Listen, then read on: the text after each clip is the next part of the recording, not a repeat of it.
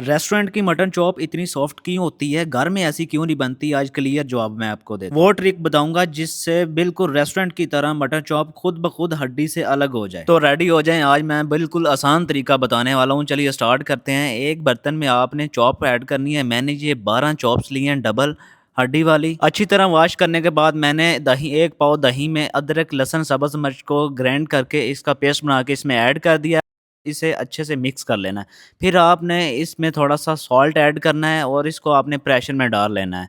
इसमें आपने butter add करना है। मैंने ये 200 ग्राम बटर ऐड किया है और फिर हमने इसमें पानी ऐड करना है। पानी इतना ऐड करना है कि हमारी मटन की चॉप फुल पानी में डिप ना हो। इसके बाद आपने इसको प्रेशर लगा देना है 12 मिनट के लिए। प्रेशर का टाइम पूरा होने के बाद आपने मटन की चॉप्स को देखना है। अगर तो वो गल गई हैं तो आपने उसको अलग कर लेना है और इसी पानी को आपने थोड़ा-सा सुखाना है।